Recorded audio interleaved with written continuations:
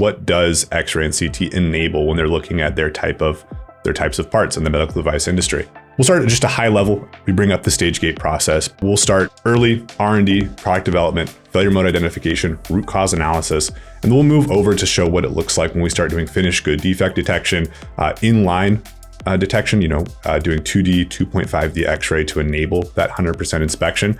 And then even going back to post-market surveillance, right? There's a whole other shift of failure analysis and root cause once things come from the field.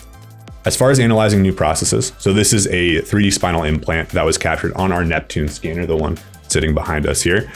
They were looking for early qualification on dimensional input, right? So being able to, right, in the same day, do that non-destructive scan and see all of the internal features to do the appropriate dimensioning that they need required to get a sense of whether or not suppliers are within bounds. Even beyond that, right, what we're showcasing here is full volumetric analysis. So it's shown a little bit here. There are this blue, this red, this other blue. We're running porosity analysis, crack analysis on that full 3D volume.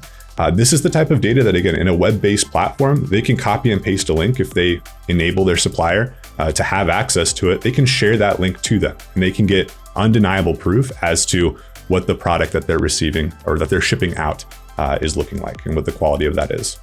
So this is a close-up, again, of the same spinal implant. Worth emphasizing here, this was a 5-minute scan. So within the hour, they're getting crack analysis results is what we're running here for the full 3D volume. And again, that's very powerful. And this is moving on. This is a luer lock assembly.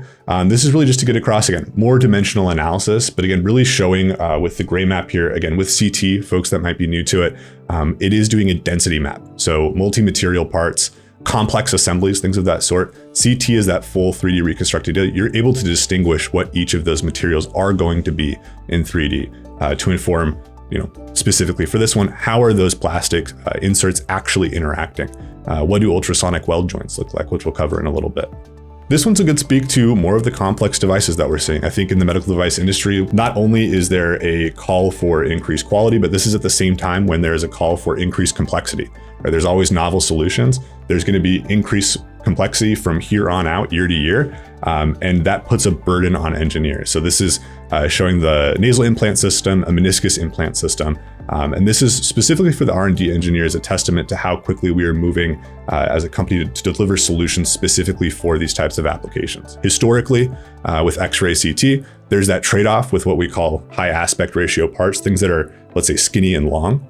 Usually, if you want that entire part in view, you have to sacrifice some level of resolution. You can't see the smallest features in that part if you're trying to get an idea of all of it. When we talk to R&D and product development engineers, they don't always know where to look if there's a specific failure mode. So how can you maximize the resolution or get down to microns in terms of what we can resolve, but still get the entire part in view? And that's what we're showing here, being able to rotate that part helically, keeping it close to the source in order to get that full 3D reconstruction.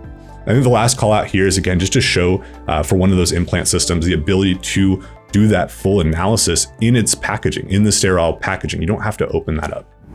There's a number of things that we do with batteries inside of these assemblies. What we're showing here is a ball grid array doing porosity analysis to analyze coverage to make sure there's not any defect there. But again, very complex product.